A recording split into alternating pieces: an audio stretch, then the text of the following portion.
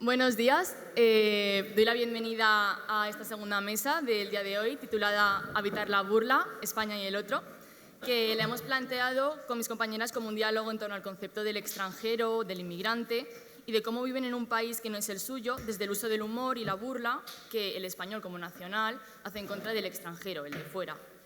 La pregunta que va a guiar todo este diálogo va a ser: ¿se puede evitar la burla? De hacerlo, ¿refuerza o no el estereotipo? Hablaremos de una posible reapropiación burlesca del insulto y la subversión en minorías discriminadas desde una perspectiva histórica. Y también vamos a intentar luego traerlo al presente. Nos complace ahora mismo presentar primero a quien está más lejos de mí, a Patricia Lara, graduada en Filosofía Política y Economía, como nosotros. Tiene 2 másters en la Autónoma de Madrid, uno es de Filosofía de la Historia, Democracia y Orden Mundial, y en Estudios Interdisciplinares de Género. Es investigadora y docente FPU en la Autónoma, donde realiza una tesis doctoral sobre Catherine Malabou y sus aportaciones al campo del género. Sus intereses se centran en las teorías del cuerpo y la identidad en la intersección entre estudios de género y filosofía contemporánea. Seguido de ella está alguien a quien hemos tenido la suerte de traer desde Sevilla, Edileni Tomé, que es coordinador y docente en el Máster en Derechos Humanos, Interculturalidad y Desarrollo en la Universidad Internacional de Andalucía. Es responsable de proyectos en el Fondo Andaluz de Municipios para la Solidaridad Internacional. Y última, pero no menos importante, Carolina Meloni, que es filósofa, escritora, investigadora y activista feminista. Es profesora de filosofía en la Universidad de Alcalá de Henares. Sus líneas de investigación son la filosofía política contemporánea, el pensamiento feminista y la desconstrucción. En nombre de mis compañeras, querría agradeceros de todo corazón vuestro interés y vuestra participación en esta mesa, que como todas hemos preparado con muchísima ilusión. Vamos a comenzar con unas pequeñas intervenciones breves, más o menos, de cada ponente en torno a algo que tiene que ver con el contenido de esta mesa. Pasemos, si os parece, con Patricia Lara. Bueno, se me oye bien, ¿no? Nada, simplemente empezar dando las gracias a las organizadoras y también a las compañeras de mesa y, por supuesto, también pues, a las que habéis decidido estar aquí un sábado soleado. Bueno, antes de nada voy a empezar con un vídeo sin decir nada. No sé si se tiene que poner desde allí, creo. Vale.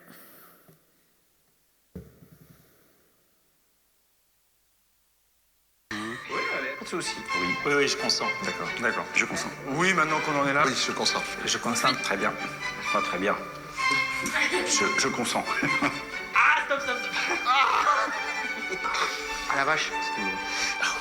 Yes. Waouh. Ah, putain. Ah. Oh, stop. Oh, ah ouais, d'accord. Stop, déjà. Ah ouais, c'est chiant. Ah oui, c'est un... Imagino que quizás os ha llegado alguna de vosotras, porque es un vídeo bastante reciente que salió hace unas 2 semanas, que básicamente forma parte de una campaña que se ha realizado en Francia con propósito de la aprobación de una ley que permitirá básicamente poder tomarse una baja laboral por dolores menstruales, ¿no?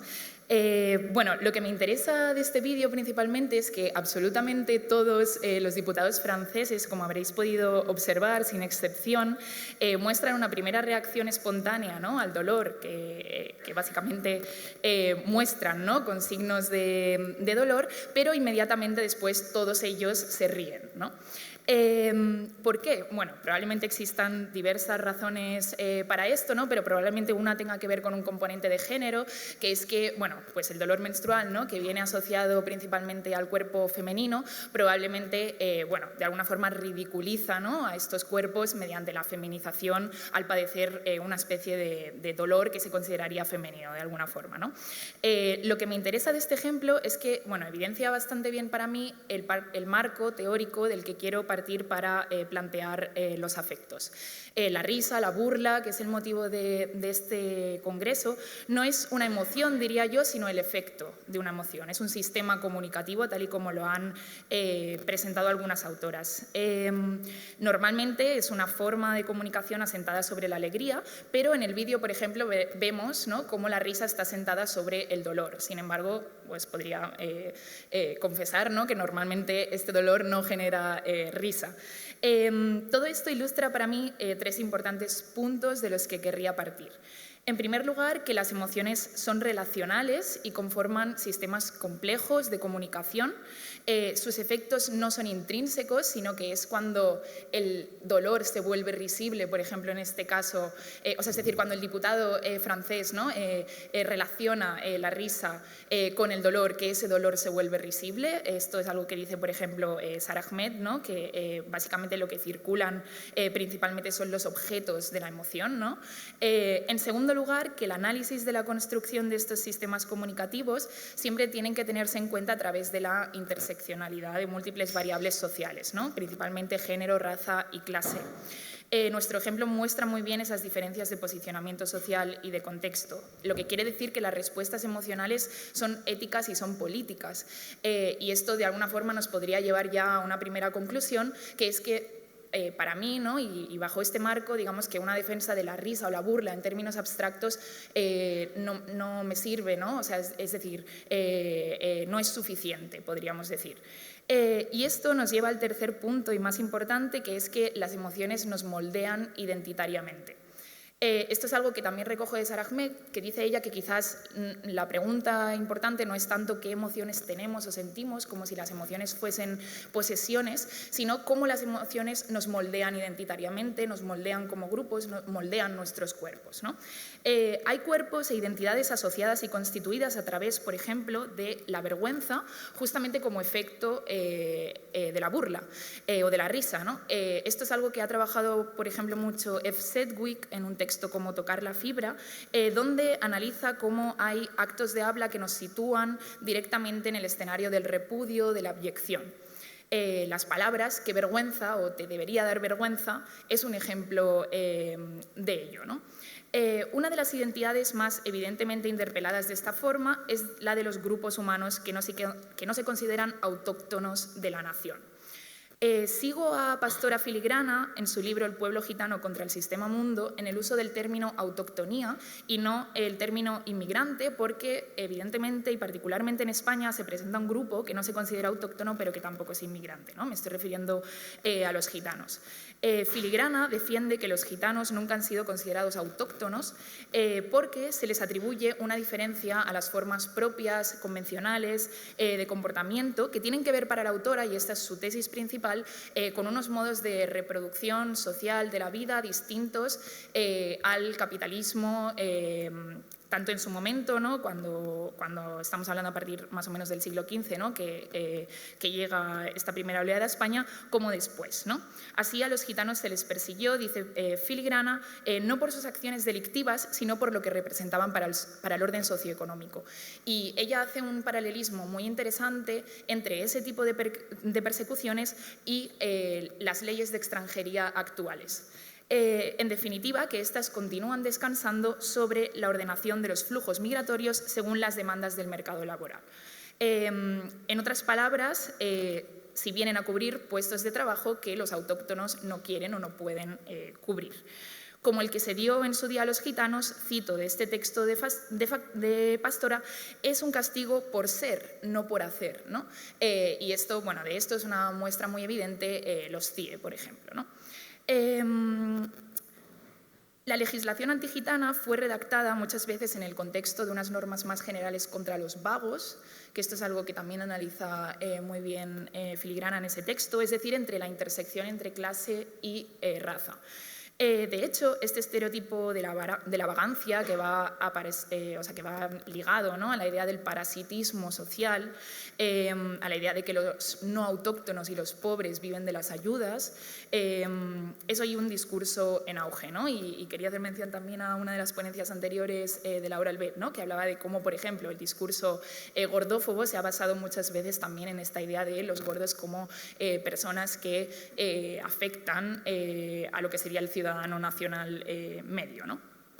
Pues bien, partiendo de este marco, quiero centrarme en el flamenco y la historia de sus usos culturales y políticos como ejemplo de la importancia de tener en cuenta la intersección entre raza, clase y género a la hora de tratar la burla, y más cuando esto ha sido apropiado, digamos, por términos como la idea de nación, ¿no? o por el nacionalismo en general. Sí.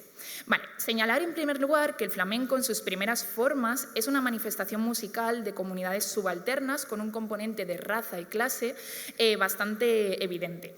Estamos hablando de procedencia, bueno, esto es un campo de estudio enorme, ¿no? Pero principalmente estamos hablando de procedencia morisca, negra y gitana, entre otras, con lo que se ha considerado en general, ¿no? Y juntando aquí la cuestión de la raza con la clase, el lumpenproletariado, ¿vale? Que este es un término, bueno, un poco polémico también, pero que principalmente es un término marxista sociológico que viene a caracterizar a la población situada por debajo del proletariado porque no cuentan con fuerza de trabajo ni con conciencia de clase, ¿no? Y que se dedican a, digamos, como tareas laborales que están fuera del sistema de reproducción capitalista, ¿no? Lumpen, por cierto, proviene de un término alemán. Lumpen significa harapo, ¿no? Tela rota, vieja o sucia. Suele ser desde las letras del flamenco, principalmente desde donde se analiza la memoria de ese componente de raza y clase. Aquí tenemos una cita, ¿no?, de Celia Velasco, de ese texto muy interesante que dice: «El flamenco es la música de un pueblo históricamente avasallado que sufrió la plena potestad de señores, amos, condes, duques, terratenientes que disponían de la vida y el tiempo del pueblo. En ese contexto, estos pueblos cuentan sus injusticias en las fiestas, en los encuentros familiares y durante las labores de trabajo, de forma que se establecen como letras populares aquellos lamentos que narraban la situación de abuso de poder de vida», ¿no? Y os pongo ahí algunos ejemplos de esas letras. Sin embargo, esto puede verse también en las formas del baile.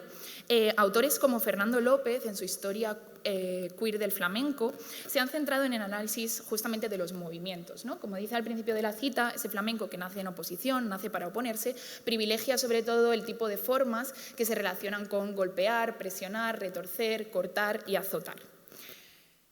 Bueno, podríamos decir, ¿no?, que las formas actuales del flamenco no pueden identificarse lineal y directamente con ese origen, ¿no?, porque como se ha analizado muy bien tanto desde la flamencología, ¿no?, como desde, en definitiva, pues también desde la academia, el flamenco también sufre un proceso de patrimonialización y de profesionalización. Ya no podemos hablar simplemente de una música vernácula, ¿no?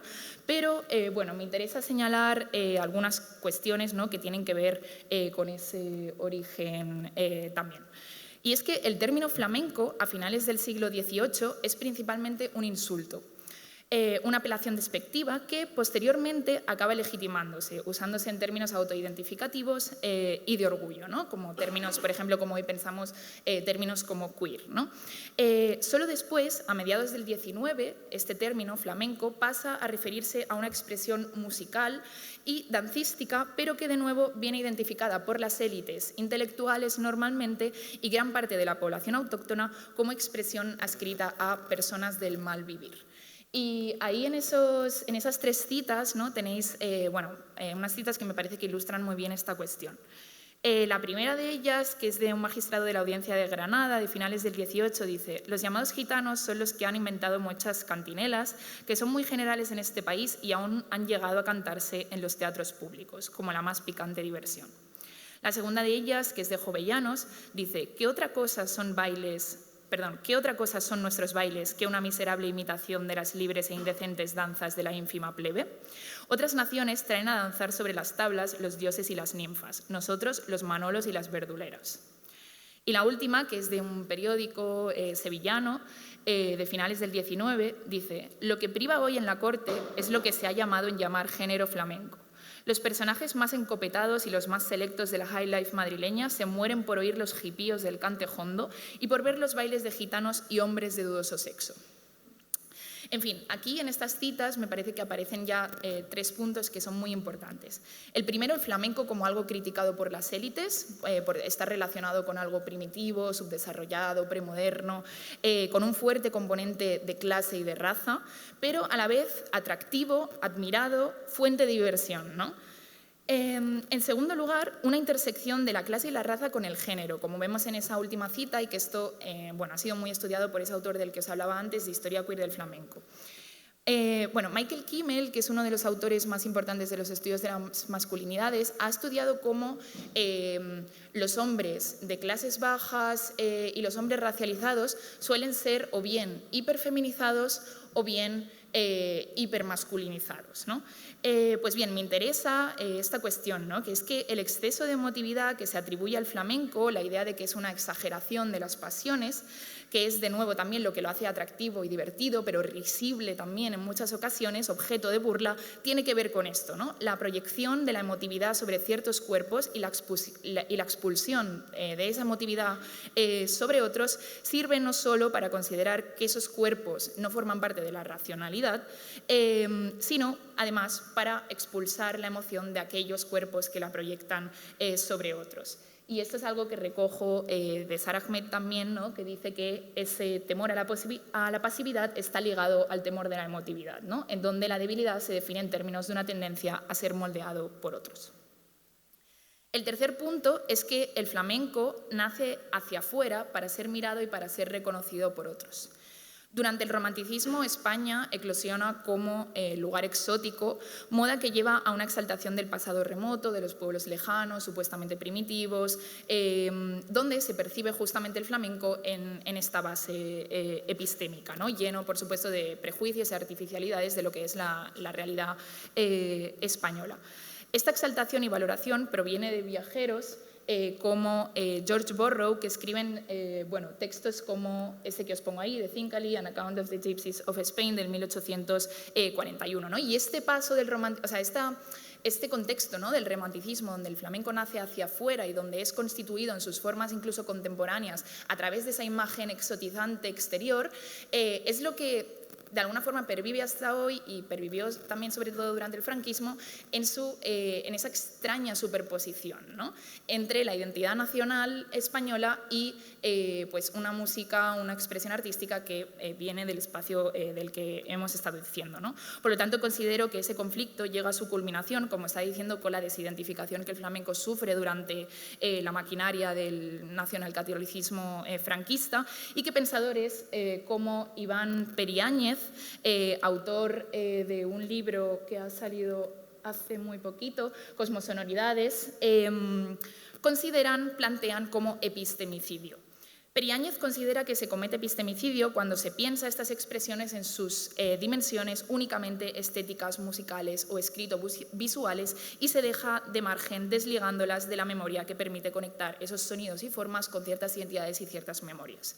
Ocultar la subalternidad y persecución racial y de clase, tal y como hizo el franquismo, y resaltando el flamenco como identidad española, apropiándose, digamos, de ese carácter jocoso, festivo, divertido, supone un ejercicio de violencia epistémica en los términos de Iván Periáñez.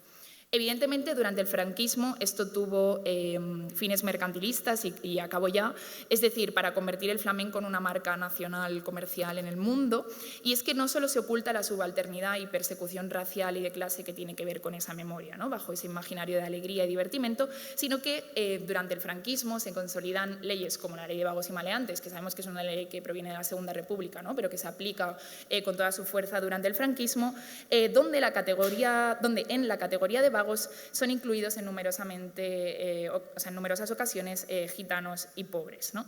De hecho, bueno, el papel aquí, por ejemplo, de la Guardia Civil, ¿no? como que en una de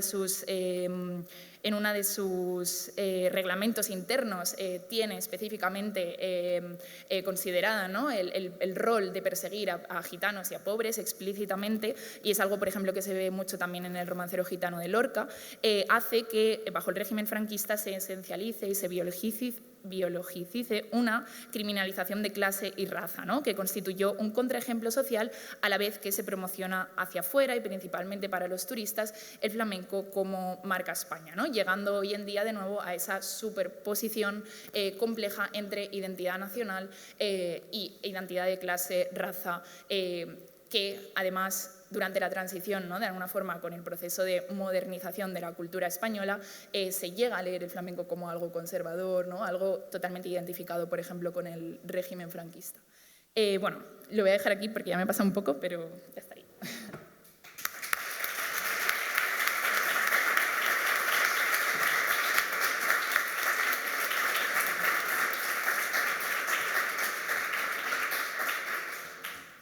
Muchas gracias, Patricia. Ahora, si queréis, seguimos con Edileni. ¿Qué nos tienes que contar? En primer lugar, me gustaría agradecer a a las compañeras por organizar este espacio. Un debate sobre un tema, como acaba de decir Patricia, y presentar y exponer Patricia, súper interesante. El tiempo que vivimos hoy día de una generación de odio, un fomento de odio importante y que creo que razón de más como para debatir y charlar sobre estos temas y sobre todo demostrar que no hemos empezado ayer. Eso hace siglos que venimos dándole vuelta y no hay formas de plantear una forma distinta de vernos, ¿no? Las raras y los raros en la sociedad, ¿no? O sea, que se sigue fomentando y no hay manera, ¿no? Como lo acaba de decir y presentar Patricia. Yo voy a tratar de presentar algunas cuestiones claves. No es mi intención tampoco profundizar en estos temas y sí lanzar algunas cuestiones claves que creo pueden invitarnos a pues, seguir dialogando aquí y después, ¿no? O sea, no, como digo, venimos de siglos y no vamos a tratar de cerrar hoy día aquí el debate desde hace siglos, o sea, que no tenemos ni tiempo ni espacio. Por un lado, voy a tratar de presentar un concepto que un autor brasileño, una cuestión importante. Yo he tratado de leer, cuando me presentan y me invitan a este espacio, yo trabajo sobre las raíces negras en Andalucía, el tema de la burla no es mi tema de investigación, eso me lleva a empezar a leer y buscar temas interesantes, se lo comentaba antes a las compañeras, ¿no? Y me ha llevado a leer autores y autoras brasileños, estadounidenses y españoles. Qué casualidad que los tres autores de tres países completamente distintos que tú vas a decir convergen en temas comunes, convergen en elementos que se viene construyendo desde el siglo XVI hasta hoy sobre la realidad estereotípica de la población negra, ¿no? Entonces, qué casualidad, ¿no? Ninguna, pero bueno. Pero una cuestión, o sea, un concepto, creo que es importante que le demos una vuelta, que voy a tratar de presentar, es sobre el racismo recreativo, que lo presenta Adilson José Moreira, un brasileño. ¿Cómo se viene construyendo, según dice Adilson, ese racismo recreativo desde el siglo XVI en España? ¿Cómo se construye esa política cultural, como dice Adilson, en España desde el siglo XVI? Y trataré de presentar algunas cuestiones claves en torno a un debate que lleva a esa política cultural desde en la época contemporánea, ¿de acuerdo? Dice Adilson que el racismo recreativo es un concepto que designa un tipo específico de opresión racial, la circulación de imágenes despectivas que expresan desprecio por las minorías raciales en forma de humor, un factor que socava el estatus cultural y material de los miembros de estos grupos. ¿Cuáles son los objetivos, según Adilson, de racismo recreativo? Legitimar las jerarquías raciales presentes en la sociedad. Él dice la brasileña, pero podíamos llevarla aquí, traerla aquí en la sociedad española, incluso el contexto ibérico y la estadounidense, como decía antes. Legitimar las jerarquías raciales presentes en la sociedad para que las oportunidades sociales sigan en manos de los blancos. Aquí incluimos un debate importante sobre la blanquitud, algo que no está presente en el debate en Europa. Digo, o sea, hay algunos y algunas escribiendo sobre el tema, pero no está casi presente, ni se habla apenas, ¿no? Quizás tenga que ver con aquello de la representatividad institucional y qué temas se habla y qué temas no se hablan, ¿no? Está muy presente. ¿Qué tiene que ver, qué objetivo más busca esto? Mediante el uso del humor, expresar la hostilidad racial, una estrategia que permite perpetuar el racismo, pero protege la imagen social de los blancos. Esa expresión de que, hombre, eso era un chiste, ¿no? O sea, no te ofendas, ¿no? Es solo un chiste, tampoco es para tanto, ¿no? Se usa mucho esa forma de protección, ¿no? Como decía antes. La psicología social del humor, según Adilson, tiene como idea, que hemos comentado antes previamente, la expresión de la superioridad racial blanca y la preservación del poder. También la preservación del privilegio y del estatus institucional, cultural y estructural. Thomas Hobbes decía que observar la desgracia y la confusión de los demás nos hacen sentir más seguros en nosotros mismos para que nos comparamos con los retratados en los Sitges, manifestaciones culturales que tienen un carácter negativo. El humor no sería otra cosa que un sentimiento de superioridad debido a la percepción de las circunstancias humillantes en las que se encuentran las personas que consideran inferiores. El humor debe estar vinculado a un contexto determinado. Tiene un contexto. El humor no está desligado de su contexto.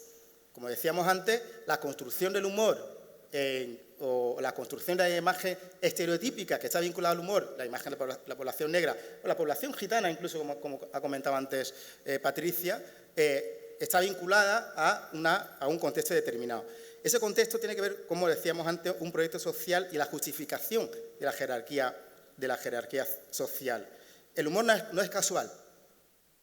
Muchas veces dice, o sea, se me ha ocurrido y lo empieza a contar o se me ha venido así a la primera. No, es causal, no aparece de la nada.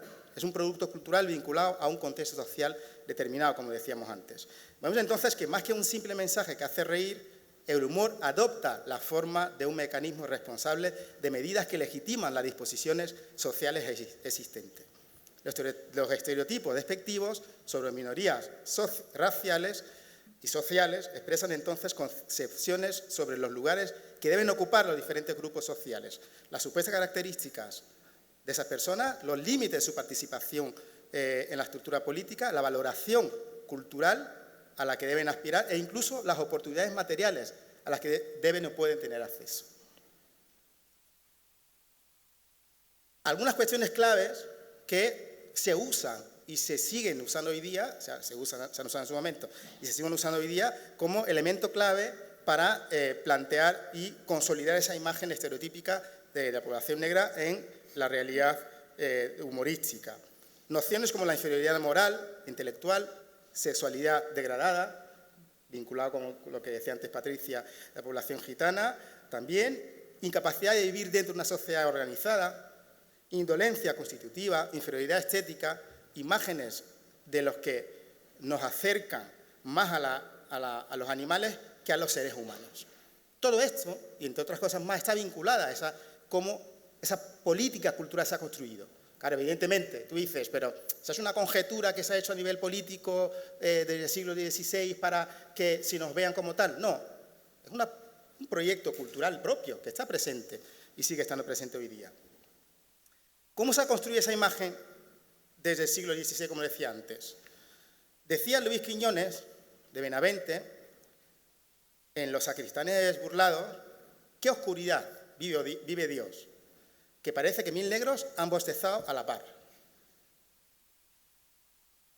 Al menos a partir del siglo XVI se viene construyendo esa realidad, ¿no?, estereotípica, como decíamos antes, en la realidad española y portuguesa. Por eso es importante vincular al contexto ibérico a esto, ¿no?, porque gran parte de la realidad de construcción estereotípica o la construcción esclavista en España no se puede entender si no se asocia Portugal a esa realidad, a ese contexto, ¿no?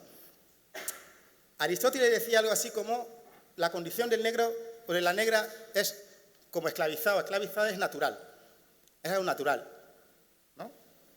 No hay que molestarse, está vinculado a su naturaleza, ¿no? Lo negro está vinculado a lo rústico, a lo salvaje, ¿no? O sea, nuestra condición está vinculada a lo rústico y a lo salvaje. Después, si queréis, en el debate o incluso compartiendo trabajos, puedo profundizar en algunos párrafos que algunos autores y autoras desde el siglo XVI hasta hoy pues, se nos vienen consolidando esa imagen de la figura estereotípica negra que se usa en el contexto humorístico y la burla. Nuestra condición como bobos, cómicos, hay un habla de negros, ¿no? Un habla de negros que hasta hoy, cuando nos escuchan, a mí en particular y otras poblaciones negras, pues se llevan como se sorprenden, ¿no? Dice, pues habla está bien, no tiene un habla de negros. El habla de negros se vincula con una realidad, habla está bien y habla con hasta acento andaluz y todo, ¿no? pues está vinculado a una realidad vinculada al portugués de Portugal, como decíamos antes, ¿no? O sea, el portugués, ¿no? El habla del negro está vinculado al portugués por la realidad conecta, ¿no? entre Portugal y España, y entonces pues viene de ahí. Dice Manuel Irradier en el siglo XIX, un texto de 2000, dice: entre el niño y el africano hay grandes puntos de analogía, ¿no? O sea, nuestra condición de, pues eso, como decíamos antes, bobos cómicos, minoría, infantilidad, ¿no? Francisco de Villalobos decía algo así como: los negros también se ríen mucho unos con otros, mas esta no es falsa risa, sino de corazón, porque son inocentes y ríense como niños que de una palmadica o de un coquito o de ponerles el dedo a la boca o en la boca se ríen como de un gran donaire. Cosas que siguen estando presentes en nuestra realidad cultural. Nuestra condición de diablo, perteneciente al oscuro, ¿no? No sé si conocéis a la figura de Zaide en el Lazarillo de Tormes. El Zaide era padrastro de Lazarillo y cuando él hace referencia, el hermanastro de Lázaro hace referencia a su padre, decía: madre, poco, y responde Zaide, y de puta, ¿no? Hijo puta, algo así, como si queremos vincular a la realidad lingüística actual. Sí. ¿Cuántas veces no hemos escuchado esa realidad, ese vínculo entre lo negro y el coco y lo oscuro, ¿no? Si no te duermes, pues te llamo el coco, ¿no? ¿Cuánto eso no sigue estando presente en nuestro día a día, la realidad cultural, estructural actual, ¿no? Fran Molinero, uno de los autores que, desde mi punto de vista, pues llevan años trabajando sobre la realidad negra en el siglo de oro, dice: la metáfora más corriente sobre referirse a los negros de forma cómica tenían que ver con palabras como hollín, carbón, tizón, tinta. Todas ellas no solo connotaban el color negro, sino también al concepto de impureza, de suciedad, como decía antes también Patricia. El negro como pagano, heterodoxo, supersticioso y devoto, el negro y vicios, y negra y vicios, goces materiales como bailar, cantar, comer, beber, ¿no? Eso está presente, sigue estando presente hoy día en nuestra realidad. El negro y la negra como riscosos, lascivos, degenerados, ¿no? Termino, en los 3 minutos que me quedan, planteando quizás algunos debates que deberíamos tener en cuenta tanto aquí como decía, pues para seguir dialogando sobre este tema. Hoy día se plantea o se intenta enseñar a burlarse sin que esto moleste, sin que la burla moleste. Se plantea la burla como desde un punto de vista de fair play, ¿no? Desde un punto de vista de la desuperiorización, quitar la superioridad racial y moral de las personas racial, moral, clase social de las personas que hacen chistes. Se intenta ocultar o hacer visible el humor racial en los espacios, o planteemos si la idea de plantear o presentar chistes, prácticas humorísticas en los espacios públicos o llevarlos más a los espacios privados significa invisibilizar debates antirracistas, plantear si el hecho de contextualizar los chistes, ¿no? Cuando algún humor o algún cómico o cómica trata de plantear algunos chistes, digamos, racista, ¿no? Antes de plantearlos, el hecho de contextualizarlos significa respetar la comunidad negra, ¿no? Contextualizar chistes diciendo algo así como diciendo, yo voy a hablar de esto, yo voy a usar ciertos términos racistas y eso tiene como propósito la didáctica racista o antirracista. El hecho de contextualizar los chistes, deberíamos preguntarnos si significa eso, pues, menos práctica racista en la sociedad, ¿no? El hecho de contextualizar los chistes, que sé, como puede hacer, hay una canción de Frank T. que se llama Humor Negro, que está muy vinculada al libro de Francisco Zamora, como ser negro y no morir en Aravaca, ¿no? Que además hay un capítulo solo dedicado al humor negro, ¿no? Creo que sería interesante también darle una vuelta. ¿Es suficiente con contextualizar el humor como forma de práctica antirracista, como forma que la sociedad entienda y se sensibilice frente a la realidad humorística racista? ¿La sociedad española está preparada para esto? ¿La sociedad española es consciente de su práctica racista o simplemente la naturaliza con base en esa realidad que comentamos, que venimos presentando desde el siglo XVI, ¿no? La posición social, cultural, racial, de clase social, género, de la persona, del cómico, la cómica, juega un papel importante a la hora de presentarse ante la audiencia, sea blanca, sea mixta, sea negra, a la hora de hacer determinados chistes. ¿Qué tipo de chistes se permite? ¿Chistes racistas hechos por cómicos, cómicas blancas se pueden permitir en ciertos espacios? ¿Se toleran más, termino con esto, se toleran más los chistes racistas hechos por cómicos y cómicas negros y negras? Y gracias.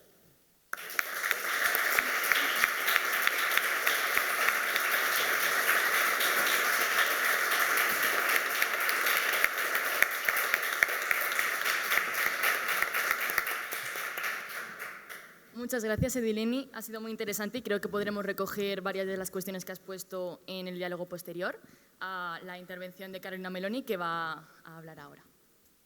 Muchas gracias. Bueno, me sumo a los agradecimientos y a las felicitaciones para las organizadoras y por haber organizado este congreso tan sumamente necesario, ¿no?, para pensar precisamente la burla, el chiste y determinadas heridas que nos atraviesan. Precisamente como nuestra mesa era sobre habitar la burla, de alguna manera, bueno, yo voy a hablar desde esa burla que habito como sudaca, como argentina, pero también como una argentina no tan blanca como esa blanquitud que quiere exportar mi propio país, ¿no? Y he titulado la pequeña charla que os voy a dar y la pequeña propuesta Panchilandia, qué bueno que viniste, ¿no? Porque bueno, somos las panchitas y habitamos ese Panchilandia. Y para eso quería empezar con un poema de nuestra panchita mayor, de nuestra diosa inca, que es Gabriela Biener. Nos dice Biener en Guaco Retrato: vivo en España hace 18 años, pero en realidad habito Panchilandia, donde todo el mundo sonríe y nos habla con cariño. Dicen con cariño Panchi, Panchita, Machu Picchu, fiesta nacional. El chiste con el que dicen quererme hace que parezca normal que no me quieran. En Forocoches somos la fauna cuyo hábitat es un centro comercial. Me hablan de peruanita que le limpia la casa a su amiga Pepa. Qué buena es, se puede confiar en ella. Creen que es un tema de conversación que pueden tener conmigo porque yo también soy una peruanita confiable. ¿Me habrán blanqueado? ¿Cuándo voy a integrarme? Qué pelo hermoso, crin de caballo, qué bien haces el pollo frito, qué bien, qué suave, qué dientes, qué manitos tan pequeñas y morenitas. Podrían bajar un bloque de hielo de la cordillera en mi espalda para purificar la cosecha. Me aplaudirías. Somos las panchitas, las sudaquitas, esas que tantos les gustan, porque somos saladitas y siempre habitamos y hablamos tan dulcemente en diminutivos. Somos diminutas, chiquititas. Qué exótica eres, qué étnico tu pelo, qué gracioso tu acento que mezcla las eses con las cs y no sabe decir ni ascensor. Qué risa oyes. Somos panchitas como Pancho Villa, como Josecito el frijolito, como una empanada en un barrio hipster pero multicultural. Así que eres argentina, che, qué bueno que viniste. Nos mezclamos con ustedes, pero habitamos Panchilandia, ese desconocido lugar en el que se comen productos latinos, plátano macho, latas de Goya, mientras bailamos bachata o cumbia, mientras las seducimos con nuestra intensidad y el suave movimiento de caderas. Las panchitas les alegramos la vida. con nuestras sonrisas complacientes, con nuestra sumisión de India, con la opresión interiorizada que nos dejó inoculada la colonización. Qué risa que hasta el rey mandó a callar al orangután bolivariano y toda España se rió a carcajadas y se hicieron memes, camisetas, se aplaudió al campechano. ¿Qué se habrán creído estos incompetentes que gobiernan sus repúblicas bananeras? Hace falta que un monarca como Dios manda les enseñe cuál es su lugar. Y nosotras tan panchas, tan calladas, mientras transitamos por vuestras ciudades para ir a currar. Pero bueno, las argentinas no parecen sudamericanas, con esos apellidos europeos, con esa piel tan blanca, con ese aire porteño tan culto, tan de película de Ricardo Darín, que gusta a la clase media acomodada de este país. Si eres del norte, en cambio, de esas provincias que huelen a litio, a coca, a alpaca, ya cambia la cosa. ¿Seguro que no eres boliviana? Panchitas, machupichus, chipichipis, sudacas, sin saber que en el seno de ese insulto, mofa, se esconde la palabra aca, que en quechua significa mierda. Somos las que limpiamos la mierda. Quería hablar entonces de esa economía de la mierda o de esa panchocracia que habitamos, las panchitas. Cada día, nos dice François Berger, sin descanso, millones de mujeres se encargan de limpiar el mundo. Millones de mujeres sostienen el mundo, superexplotadas, recorren kilómetros para llegar a trabajos de mierda, para recoger la mierda de otro, para cuidar, cultivar, limpiar, fabricar ropa, proteger otros cuerpos, cuerpos blancos, mientras los suyos son invisibilizados. Millones de mujeres se dejan la piel y la vida en las fronteras y sus políticas asesinas. Como decía la gran Gloria Anzaldúa, la mujer de piel oscura ha sido silenciada, burlada, enjaulada, atada a la servidumbre con el matrimonio, apaleada a lo largo de 300 años, esterilizada y castrada en el siglo XX. Durante 300 años ha sido una esclava, mano de obra barata, colonizada por los españoles, los anglo, por su propio pueblo, y en Mesoamérica su destino, bajo los patriarcas indios, no se ha librado de ser herido. Durante 300 años fue invisible, no fue escuchada, muchas veces deseó actuar, hablar, protestar, desafiar. La suerte estuvo fuertemente en su contra. Ella escondió sus sentimientos, escondió sus verdades, ocultó su fuego, pero mantuvo ardiendo su llama interior. Se mantuvo sin rostro y sin voz, pero una luz brilló a través del velo de su silencio. Termina Anzaldúa. Vivimos, y lo sabemos, en un mundo criminal, un sistema mundo en el que se distribuyen y redefinen las categorías a través de un sistema oposicional jerarquizado, como han señalado muy bien mis acompañantes de mesa, ¿no? Desde lo mismo, otro, centro, periferia, blanco, negro, propio, extranjero, autóctono, otredad, ¿no? Civilizado, bárbaro, humano, inhumano. Seguimos habitando esa epistemología de la dominación, como la define, por ejemplo, Elsa Dorlin en La matriz de la raza, epistemología cuyas características principales son y siguen siendo el sexo y la raza. Esas marcas, ¿no?, biologizadas que estigmatizan y que generan la otredad, ya sea a través de los discursos, ya sea a través de la broma, ya sea a través de las propias epistemologías que defendemos.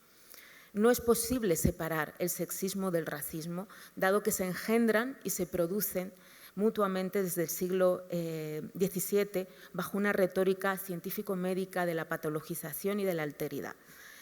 Yo prefiero hablar más de epistemologías del expolio de cuerpos, del expolio de tierras, de los rostros, de las identidades, del expolio de nuestras historias, ¿no? Expolio voraz de vidas, de recursos naturales.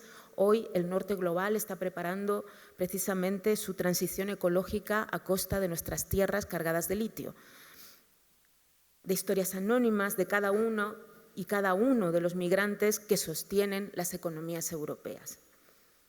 Además, si pensamos un poquito en la definición, o sea, en la etimología de la propia palabra expolio, y que me ha recordado un poco lo que ha señalado Patricia respecto al lumpen, al harapo también, sabéis que expolio viene de expolium, del verbo expoliare, que significa desnudar, significa arrebatar, y expolium significa literalmente la piel, el pellejo de un animal, ¿no?, al que se le tira esa piel para despellejarlo, ¿no? Para pelarlo, para luego comérnoslo o para vestirnos con esa piel, ¿no? Todo lo que se quita a un animal vencido, a un cadáver del cual estamos extrayendo prácticamente todo, ¿no?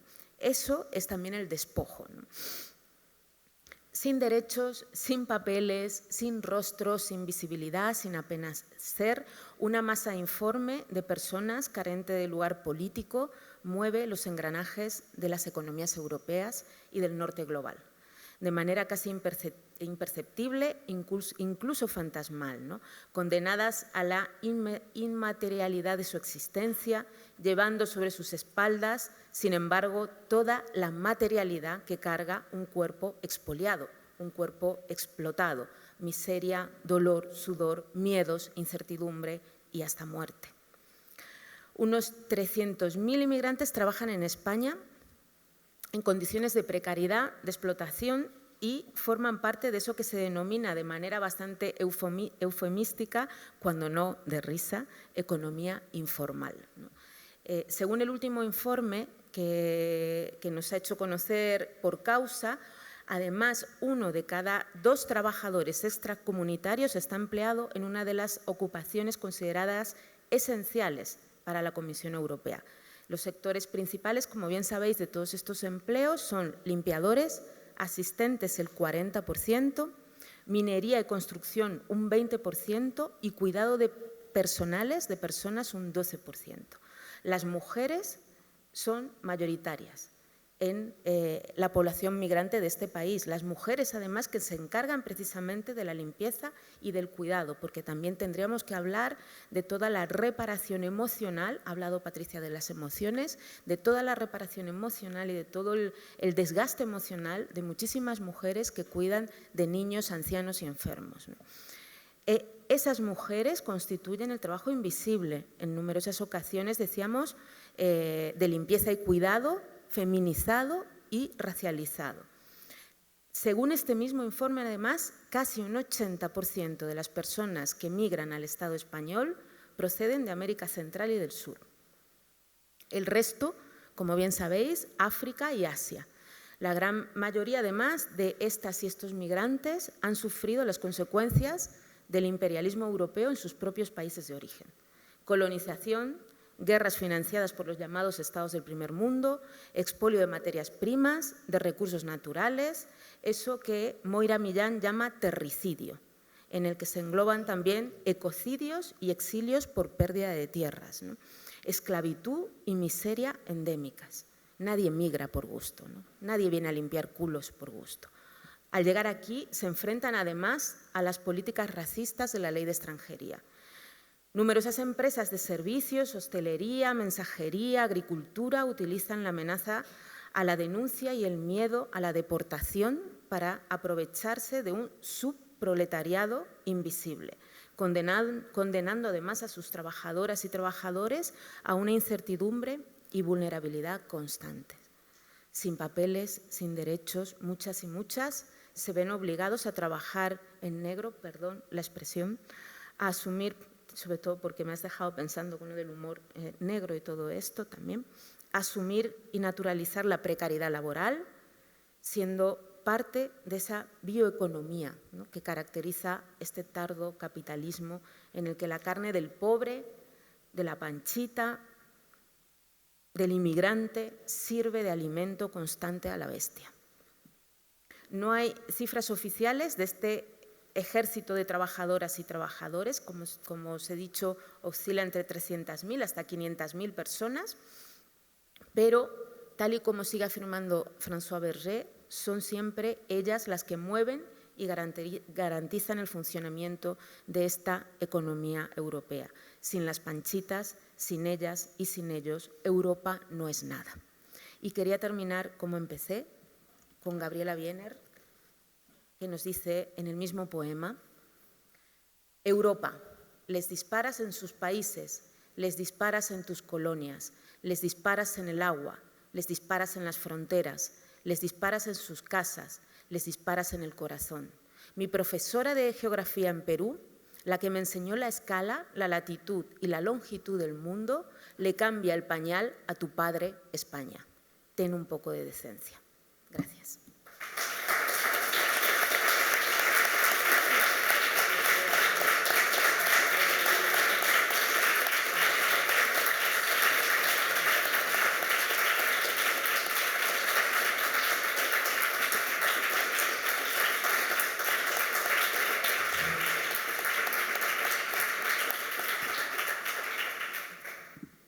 Muchísimas gracias, Carolina. Ha sido muy bonito, ha sido muy pertinente y también las 3 intervenciones han sido muy pertinentes y muy interesantes y se han podido adecuar mucho a lo que va a ser un pequeño diálogo que vamos a tener antes de empezar con el paso de las preguntas, porque ya hemos consumido gran parte del tiempo, pero me gustaría tener al menos un diálogo y lanzar por mi parte una pregunta.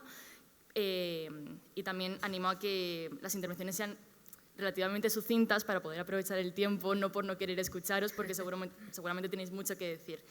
En cualquier caso, ya hemos partido de cómo entendéis una burla y cómo esta es un mecanismo de vejación, básicamente, en contra del extranjero. Y también yo quería hablar del mecanismo de diferenciación que tiene el español respecto al extranjero que va a humillar. Quería preguntar sobre todo, específicamente, si existe alguna motivación del extranjero para reapropiarse de esta burla y si este discurso interiorizado puede tener algún efecto negativo sobre el cuerpo humillado.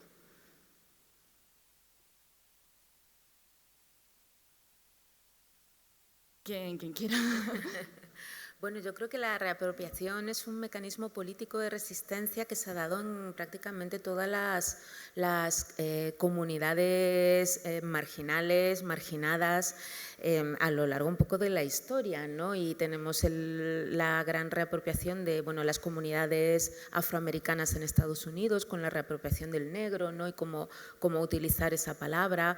También la resignificación de palabras como maricón y bollera, que también nos sirven para evitar, ¿no? En otro tipo de burla y en un insulto. Evidentemente también los discursos racistas se reapropian y tienen un componente de ironía, tienen un componente también de resistencia política, en el sentido de decir, bueno, tú no me vas a llamar a mí Panchita, Panchita soy yo, ¿no? O tú no me vas a llamar a mí negro, yo voy a evitar esa negritud tal y como yo considero que voy a evitarla.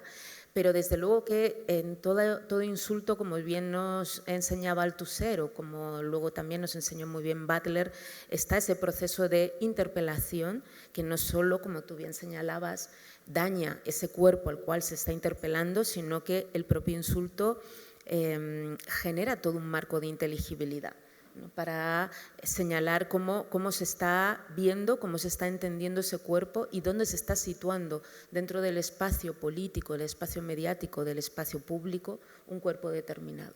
Y evidentemente la fuerza política de la interpelación, sabemos que a nivel de performance, que a nivel de resignificación nos puede servir y ser un arma arrojadiza muy potente, pero a la vez también puede ser un arma sumamente dolorosa, en la cual pues muchas personas pueden sentirse heridas, ¿no?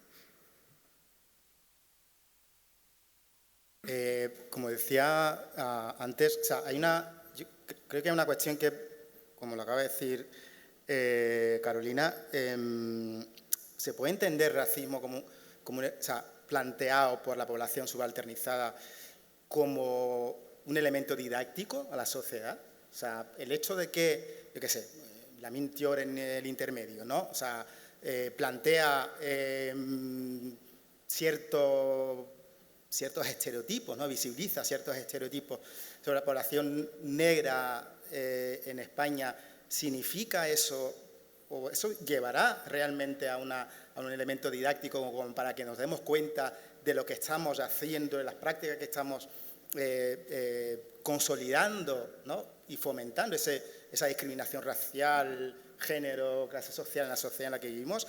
Algunos y algunas hablan de cuando la población negra se une entre ellas para hacer chistes, como acaba de decir Carolina, como una celebración cultural, ¿no? O como una lucha incluso antirracista contra la opresión cultural y racial. ¿Qué ocurre entre lo que puede pasar entre los chistes de la población subalternizada hacia la población migrante negra subalternizada?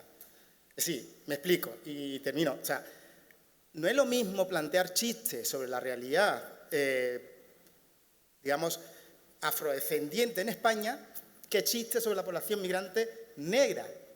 Porque, como sabemos, ahí hay un terreno movedizo importante que plantear. No es lo mismo la población negra afrodescendiente en España, la asociación con la realidad migrante negra no está directamente vinculada, no siempre. Entonces, ¿qué hay entonces entre cuando se hacen chistes sobre la población negra migrante? ¿No? Ahí es donde quizás habría que darle una vuelta de tuerca y preguntarnos si realmente estamos planteando una especie de lucha antirracista o celebración cultural, dependiendo de quién es, esa posición que tenemos en la sociedad, ¿no?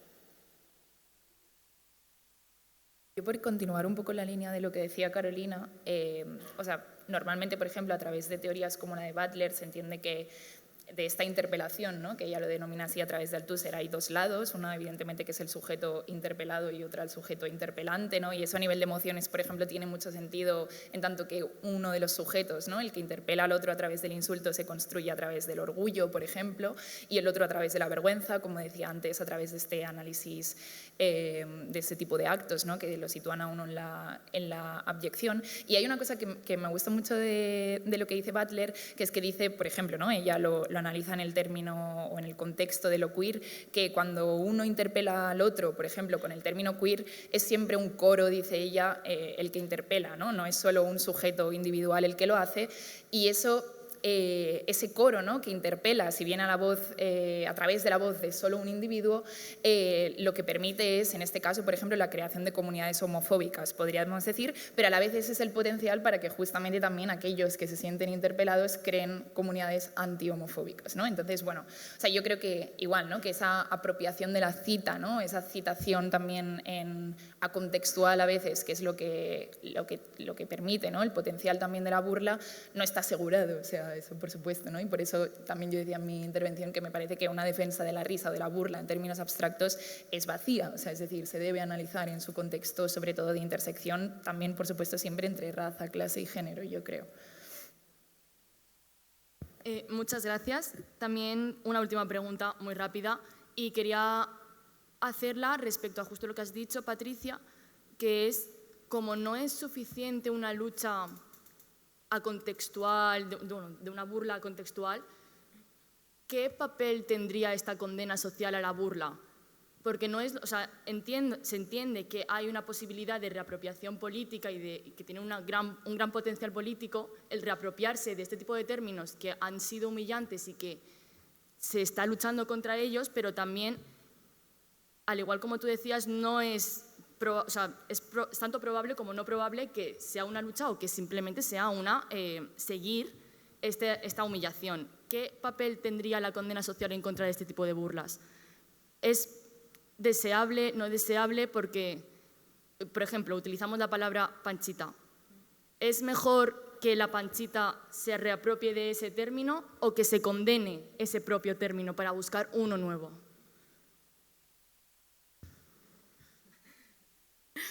Pues no sé si voy a saber responder a esta pregunta. Siempre, desde luego, que es muchísimo mejor que se reapropie dentro de un contexto político, militante. Bueno, ahora además que está tan presente el tema o el debate punitivista dentro de determinados feminismos, ¿no? Yo creo que partir de la condena como tal a mí me genera siempre, bueno, al menos cierto malestar o cierta preocupación, ¿no? El hecho de decir, bueno, a partir de ahora vamos a empezar a condenar todos los chistes, todas las bromas. Evidentemente creo que no es una posición política en la cual yo no me sitúo y que tampoco creo que construya un espacio público o un lugar habitable para todas y para todos, y vamos a estar condenando cada chiste o cada broma, ¿no? Por otro lado, claro, tampoco vamos a caer en el argumento cuñado de ya no se puede hacer ningún chiste, ¿no? Es que no, pues intentar evidentemente pues abrir espacios de diálogo, abrir espacios como este, de construcción política, abrir espacios también de reflexión, de militancia sobre determinados insultos, burlas o interpelaciones que pueden dañar, pero es que te puede dañar desde la interpelación de un amigue, amante, lo que sea, en un espacio íntimo, hasta una interpelación concreta en un espacio público, ¿no? Desde luego, para mí la condena no es la solución a esto, ¿no? También contextualizar, me ha parecido bonito, no me acordaba lo de Butler, lo del coro de voces, me parece muy brutal para entender y que también se ha comentado, ¿no? Cuando tú decías de, o sea, todo lo que hay por detrás, ¿no? De un insulto, que un insulto, una broma, no es una cuestión casual, sino causal, ¿no? Tiene una causa, tiene un espacio público concreto, tiene una historia por detrás, es un dispositivo, si nos ponemos Foucaultianas, espacio-temporal en un momento determinado, ¿no? Y evidentemente no es lo mismo un determinado insulto en un lugar concreto ante un determinado cuerpo que otro, ¿no? Entonces, también saber escuchar ese coro de voces que hay por detrás, qué es lo que ¿qué está resonando en ese insulto determinado? Habrá insultos que tendremos que cuestionar, que tendremos que visibilizar, que tendremos que, de alguna manera, denunciar públicamente el dolor que se ha causado, y eso nos pasa a todos y a todas, más en un espacio absolutamente hostil como pueden ser, por ejemplo, las redes sociales, y habrá momentos para habitar el insulto, la risa, la broma. Por eso, también dependiendo un poco el contexto y el lugar, ¿no? O sea, vinculado, o sea, yo no sé si conocéis, hay una expresión que se usa mucho en Andalucía, que es, bueno, en español se usa, que es, me pone negra o me pongo, ¿no? Que está vinculado a lo que hemos comentado antes, ¿no? De vincular lo negro a la rabia y una vez una colega en el trabajo lo repitió como 3 veces. Claro, yo a la primera como respiré y dije, Eri, no te vengas arriba, ¿no? O no te emociones. Respiré. Segunda, volví a respirar un poco, pero un poco más rabioso. Y a la tercera fue como, ya, yo no nací rabioso. O sea, ¿qué está diciendo? Que el hecho de vincular mi condición racial a un contexto de que entonces tú te pones negra de forma puntual, ¿no? O sea, y yo pues permanentemente, o sea, de toda la vida, es como, o sea, entonces como acaba de decir Carolina, ¿cómo vinculas tú o cómo luchas contra esto en tu día a día, ¿no? Permanentemente tienes que estar Claro. ir contrarrestando a la gente sobre, entonces, un poco el debate de lo que estamos planteando. ¿Ocultamos o hacemos visible el humor racial en los espacios públicos? ¿Lo dejamos solo en los espacios privados? ¿Eso significa dejar los chistes y el humor racista, machista, homofóbico, discriminatorio? Si lo dejamos solo en los espacios privados, ¿significa quitarle importancia a la lucha antirracista? ¿Significa invisibilizar la lucha? O sea, no. O sea, llevarlo al ámbito público, como dicen algunos autores y autoras, es como no, a ver, barra libre, suelta, para que lo veamos. Hombre, la cuestión es que ciertos chistes, como acaba de decir Carolina y lo ha dicho Pilar, lo ha dicho Patricia en su presentación, ciertos chistes y cierto humor duele. O sea, entonces, barra libre, no. Ahora, que tengamos que estar permanentemente planteando y contrarrestando respuestas y cosas y prácticas, tampoco, porque no dejaríamos de estar, no estaríamos tranquilos ni tranquilas nunca, ¿no?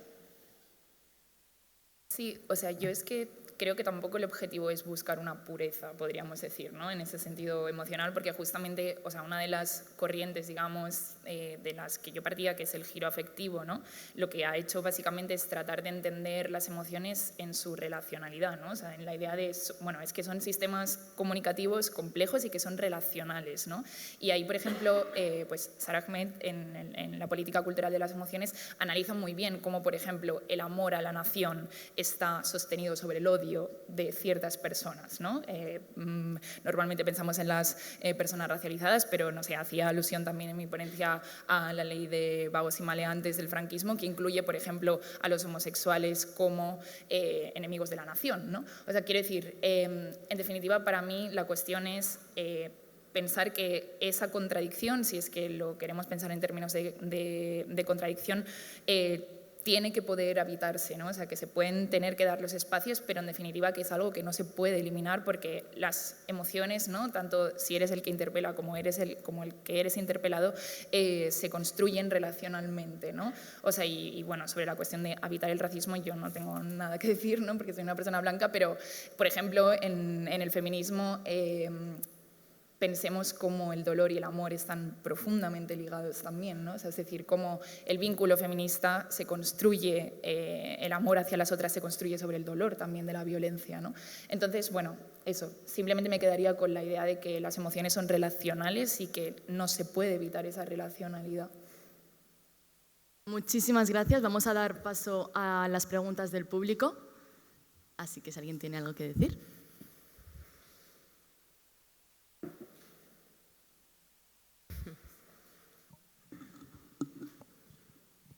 Bueno, en primer lugar, agradeceros inmensamente la ponencia porque ha sido preciosa, aparte de interesante. Yo tenía una pregunta de que se me ha surgido a raíz de la intervención de Patricia sobre que ha contado el flamenco, ¿no? Que al fin y al cabo es una forma de expresar injusticias del pueblo gitano y demás. Y quería saber vuestra opinión acerca de que, por ejemplo, en la actualidad con la comercialización de la música, artistas que no han vivido esas injusticias, que no pertenecen a un pueblo, a una etnia, etcétera, hagan géneros de estas, pertenecientes a estas, y si lo veis más como un perjuicio debido a esa pérdida de identidad, por decirlo de alguna manera, o podría ser un beneficio como un altavoz, porque yo que sé, una persona que empieza escuchando flamenco por Rosalía acaba escuchando a Israel Fernández, ¿no? Y al final coge gusto de esa identidad o de esa cultura. Gracias. Sí, justo. ¿Qué más preguntas? A ver, Por allí.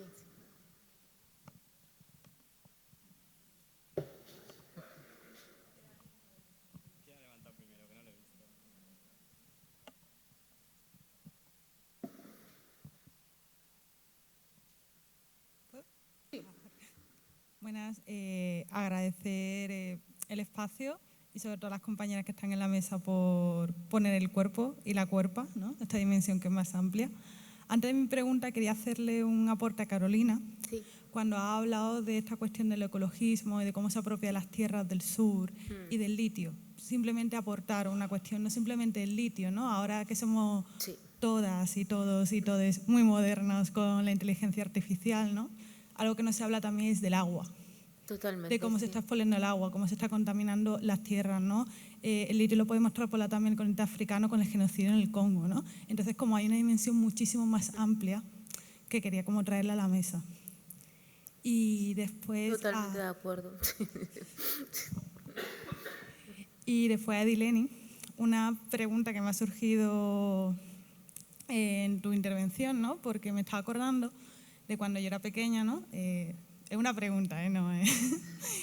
Yo la primera toma de contacto que tuve con la realidad de la historia afro en la península fue precisamente el Lazarillo de Tormes. A mí me sorprendió, ¿no? Y comentabas como que este debate, esta situación, esta ubicación que tenemos sobre el racismo viene de siglos, pero no se cierra el debate. Y me estoy acordando de toda esta cuestión, ¿no? De la negación constante, ¿no? Comentaba Patricia de cómo se ha construido la identidad nacional en base al odio, ¿no? El odio racial, el odio a la historia, ¿no? Y tenemos toda esta retahíla, ¿no? De que nunca hemos existido y no hemos borrado. Entonces yo te planteaba, ¿no? ¿Cómo generamos esas contranarrativas, ¿no? Porque es decir, nos estamos encontrando constantemente, y tú sabes que yo me lo encuentro constantemente, de esto no es una cosa nueva, pero se está reforzando este discurso de que no somos parte de la historia, no tenemos historia, sino somos una leyenda.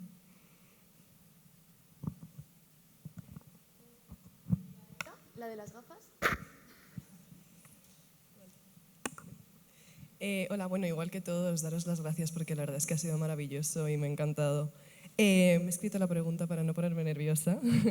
Así que os quería preguntar que dentro de este tópico de la discriminación, la apropiación y vejación de comunidades principalmente racializadas, ¿en qué medida creéis que la burla o la creación del estereotipo despectivo, en tanto que a su vez beneficia al que lo profiere y como que se apropia un poco de esa identidad ajena o no mediante la proyección, ¿Cómo creéis que pues eso, la burla y ese menosprecio se expande a otras esferas como puede ser la fetichización, ¿no? Que vemos, por ejemplo, en el orientalismo, y cómo eso funciona como un aparato de opresión de manera vinculada? Gracias. El chico que tienes detrás. Hola, buenas. Mi pregunta era con respecto a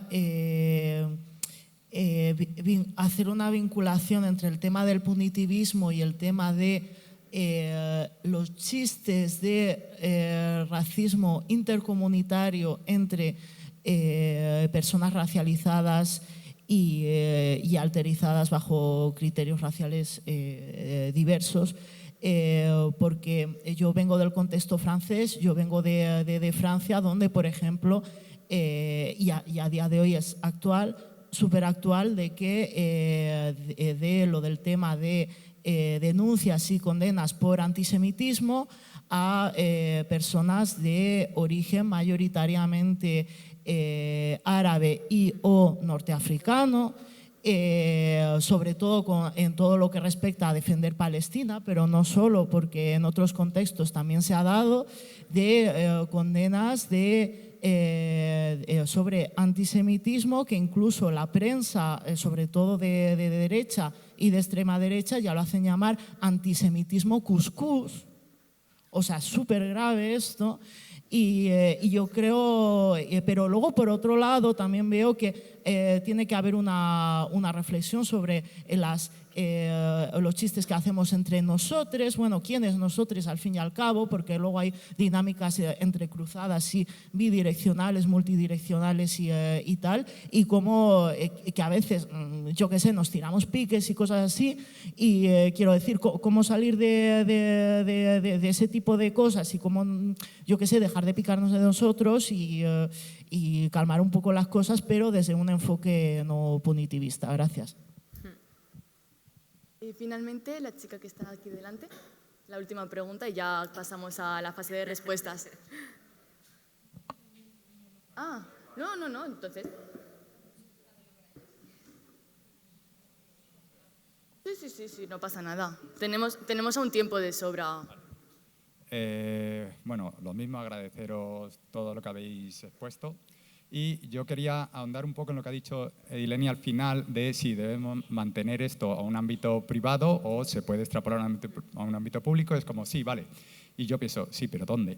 O sea, ¿hasta cuándo y qué está bien? Y perdón que me extienda un poquito. No sé si recordaréis, hace unos años hubo un anuncio de Campofrío en unas Navidades, quiero recordar, que hablaba sobre esto de la burla. Y entre ellos había un monologuista que había hecho un monólogo sobre los gitanos y le cayeron millones de críticas en internet, amenazas de muerte, etc.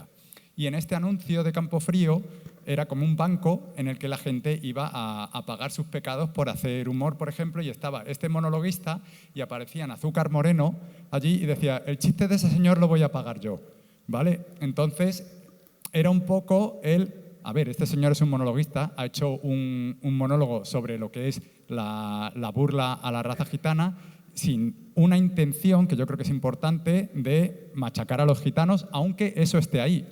Entonces parece que llega la legitimación de las dos gitanas famosas que dicen, no, el chiste de este señor lo voy a pagar yo, como yo que soy gitana, legitimo que esto que ha ocurrido está bien. Y esto me recordaba que otra vez que fuimos... Perdón, lo siento muchísimo, pero estamos con un poco faltos de tiempo, así que si vale. Es una anécdota... No es una anécdota, ¿o? Es un monologuista aparte que antes de hacer el show bajaba a preguntar al público, oye, voy a hacer chistes, esto está bien.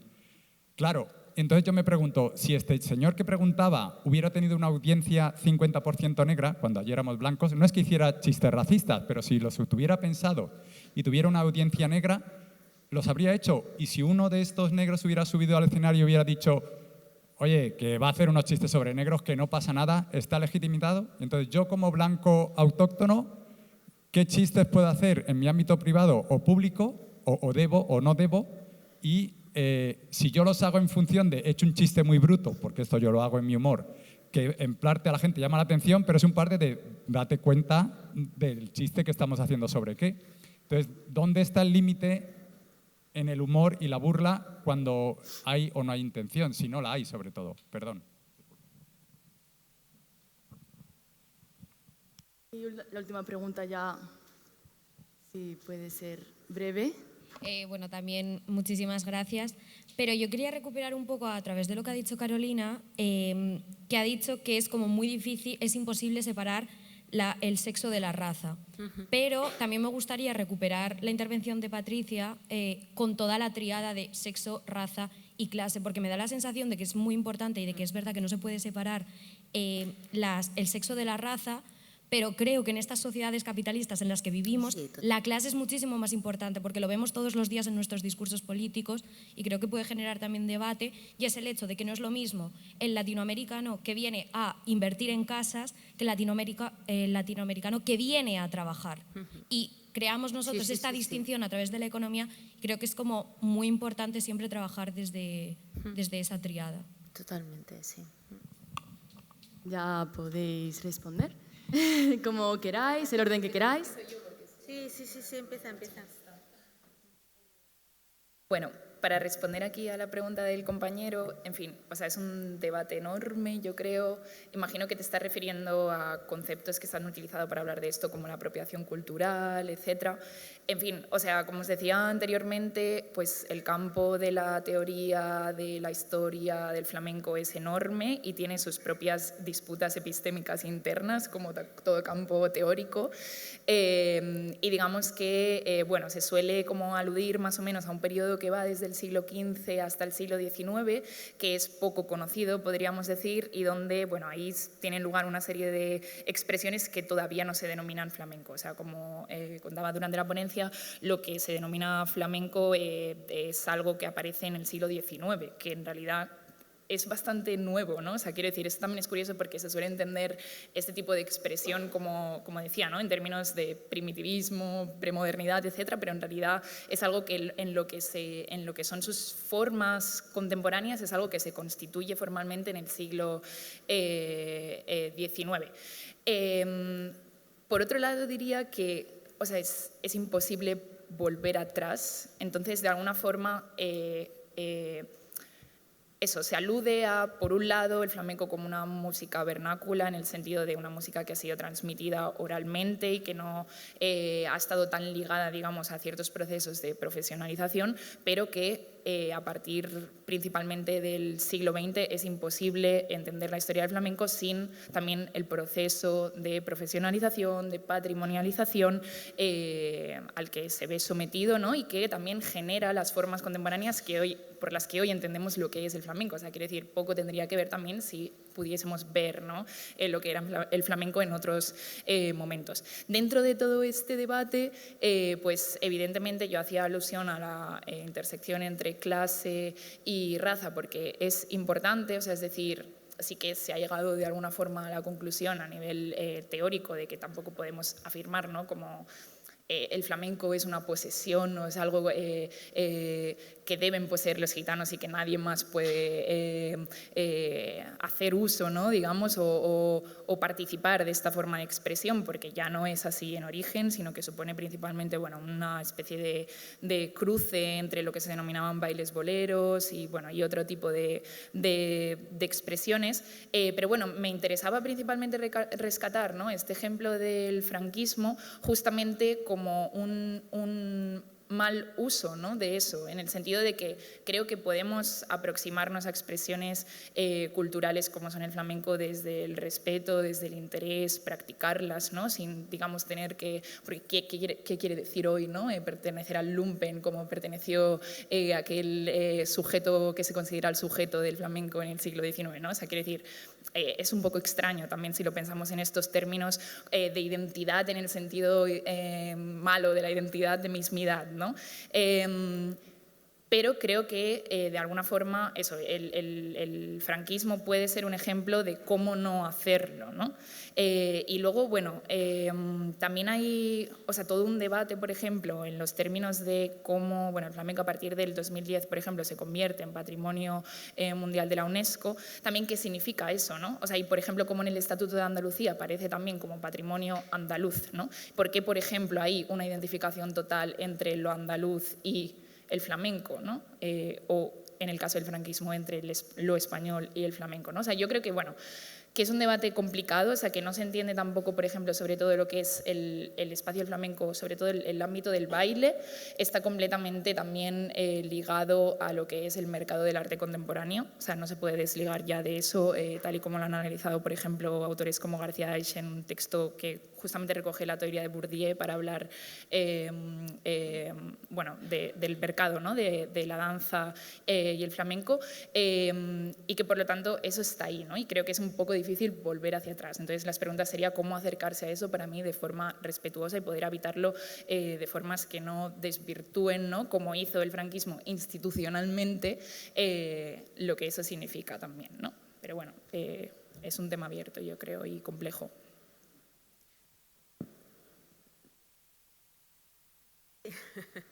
Bueno, no me voy a enrollar mucho porque además había preguntas y reflexiones bastante potentes, la verdad, y no tenemos mucho tiempo, pero un poco, grosso modo, creo que el debate fundamental que está sobre la mesa es un debate sobre el punitivismo también en el humor, ¿no? Y el punitivismo en el espacio público no solo a nivel de cuestiones feministas como el que está emergiendo, bueno, que es un debate ya más que antiguo, ¿no? Pero es otro tipo de punitivismo que también yo creo que nos está atravesando a todas, a todes en esta sala, ¿no? ¿Dónde está el límite? Como decía el compañero, que hasta dónde podemos resignificar. Yo creo que básicamente, más que dónde está el límite, la pregunta que creo que no es esa en realidad la pregunta que nos tenemos que hacer cuando reflexionamos y cuando estamos de alguna manera políticamente pensando sobre el papel de la burla, el papel del chiste y el papel además del chiste racista. No es dónde está el límite de mi chiste si yo tengo buenas intenciones, sino qué tipo de privilegios habitas tú. No solo el que habita la burla, sino tú, qué tipo de normalidad, entre comillas, estás habitando tú y desde esa normalidad estás ejerciendo burla sobre los otros, ¿no? Entonces, desde el momento en que vemos que el sujeto autorizado, que tiene un lugar de enunciación concreta, ¿no? Está autorizado precisamente a su enunciación, a su chiste, evidentemente te tienes que cuestionar a ti misma, a ti mismo, dónde está el límite de tu propia burla, ¿no? Porque no es lo mismo habitar un cuerpo que ya habita en sí mismo la burla, maricón, bollera, queer, negro, panchita, lo que queramos, mencionar, ¿no? No es lo mismo habitar esa subjetividad, que además es cuestionada siempre como una subjetividad en sí misma, que habitar una subjetividad hegemónica. Con lo cual, ahí estaría el debate, porque, como muy bien lo ha señalado Edi, creo que también hay presente un debate muy importante en este país sobre la blanquitud, que no se ha dado. Y efectivamente, muchas de las compañeras y compañeros racializados ya no proceden de una experiencia de primera mano de la migración. O sea, ser racializada no significa que eres migrante y tienes otra experiencia por detrás, porque ya en este país habitan personas de segundas, terceras y hasta cuartas generaciones que siempre son tratadas como migrantes por el hecho de ser racializadas, ¿no? Entonces, ojo con eso, porque yo creo que el debate está precisamente en esa blanquitud y en cómo habitamos, cómo ejercemos la burla desde nuestras propias jerarquías. Y ya me callo. A ver, igual, breve. Lo que ha planteado Elías, o sea, a ver, la guerra es amplia y imagínate un país en el que ya solo plantear una forma distinta de entender España esencialista, nacional, cultural, identitaria, y es complicado. Exacto. Imagínate incluirle, además de esa otra forma de entender España, le metemos el aspecto racial. Ya es el apague y vámonos. Es decir, es imposible. No digo que sea imposible, evidentemente. Es un proyecto que se viene haciendo hace años. La forma de plantearlo, pues quizás sea, como se viene haciendo, como decía antes, presentando contribuciones y aportaciones que desde hace siglos la población negra en España viene alimentando eso que se llama español o España. Eso que entendemos como esencialista está plagado de experiencias negras, como acaba de decir Patricia el flamenco. Está ahí presente. Y otras múltiples cuestiones si vinculamos, por ejemplo, a Andalucía con la realidad negra. 1000 cosas. Es decir, quizás eso sea, digamos, una de las estrategias, no que sea la única, una de las estrategias. ¿Dónde vincularlo? Literatura, ámbito educativo, quizás sea, como digo, no es una cuestión novedosa, se viene haciendo hace muchísimos años, existe. ¿Qué ocurre? No es tema relevante. Así que, como no ocupamos espacios, nuestras subjetividades, nuestros cuerpos, no ocupan espacios institucionales con poder para hacerlo visible y que resulte relevante, pues no se ve, ¿no? Entonces, creo que ese sería. Punitivismo. Comparto contigo. ¿Qué ocurre? Cuando el cuerpo hegemónico racial blanco ocupa un espacio, sí que se convierte en algo punitivista. Es decir, si no, pregúntale a cuántos humoristas, algunos han acabado en la cárcel por hacer chistes sobre algunas figuras determinadas en España. ¿Por qué? Pues preguntemos. Otros no lo permitimos. ¿Por qué? Pues, como digo, evidentemente yo no estoy diciendo que el ámbito punitivista sea el elemento. Mi formación de base es como jurista. Evidentemente, yo no comparto el ámbito punitivista. ¿Qué ocurre? Es que el ámbito didáctico, con la base cultural que tenemos, estructura que tenemos, es complicado. No recurro. O sea, el contexto francés lo conozco, un poco. Y entonces, ahí gira en torno. Hay mucha gente, digamos, racializada, o sea, como decía Carolina antes, ¿no? Que no se ven vinculadas a la realidad migrante, que hacen chistes sobre la realidad migrante racializada. Población francesa. Claro. Y ahí podemos entrar en debate. Sí. Javi decía, y en la línea de lo que te decía también Carolina, lo de cuáles son los límites. Yo antes más que respuesta, el dicho de cuando teníamos todas las respuestas nos planteamos nuevas preguntas, ¿no? Pues yo traigo nuevas preguntas, no tengo respuesta, ojalá lo tuviera. Pero al igual que Carolina, yo creo que lo que debemos plantearnos es si estamos en una era de posracismo, como dicen algunas y algunos. Hay algunos y algunas te dicen, estamos en una era de posracismo. No. Las que sufrimos el día a día, prácticas racistas, estamos en la época moderna del racismo todavía. Todavía estamos en la época moderna del racismo, no estamos en la época posmoderna. ¿Eso qué significa? Al no estar en la época posmoderna, lo primero que hay que plantearlo, desde el punto de vista, es, como decía Carolina, pues, asumir nuestra posición social, clase social, raza, género, ante todo. Entonces, ahí surgen preguntas. ¿Un cómico blanco necesita autorización y beneplácito de la comunidad negra para plantear chistes racistas? ¿Resulta ofensivo para la comunidad? ¿Necesita emplear estrategias performativas para evitar polémicas, para evitar denuncias racistas? Como digo, pues nuevas preguntas para seguir dialogando con base en lo que tú planteaste. Bueno, pues damos fin a la segunda mesa del día de hoy. Lo agradezco muchísimo, ha sido muy interesante. Muchísimas gracias, tanto a los ponentes por asistir como a todos vosotros por venir. Y bueno, volvemos a las 4:30 con la mesa Zorra sí, Zorra no, en la que vamos a estudiar los productos culturales.